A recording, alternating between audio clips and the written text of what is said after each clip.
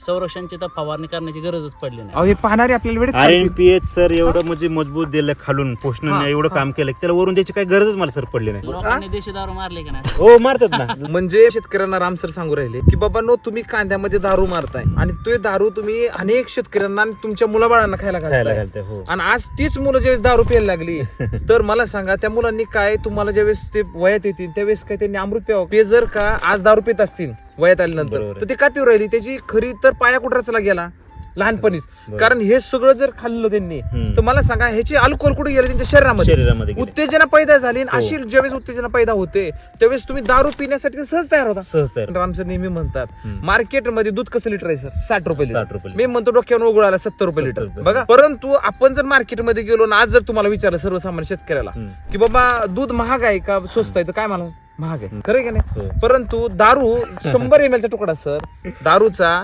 माझ्या हिशोबाने 150 ते 200 रुपयाला मिळतो. 800 ते 1000 रुपये 1000 लिटर झाली लिटर विचार झाली. करा. बरोबर. 200 रुपयाला तो मिळतो. आपण जर दारू द्यायला विचारलं की बा तुला दूध महाग वाटतं की दारू महाग वाटते तर दूधच त्याला दूध बोलणार. महाग वाटणार आहे. बरोबर दारू आहे. नाही महाग वाटणार का दूधच बोलणार. कारण विष पिण्यासाठी पैसे आहेत लोकांकडे हो आहे. परंतु अमृत चांगलं. पिण्यासाठी पैसे नाही पैसे सर. नाही. मुद्दा आम्ही शेतकऱ्यांना हेच शिकवतोय हम्म. की तुम्ही आता जो डोस टाकला सर त्याच्यामध्ये हो.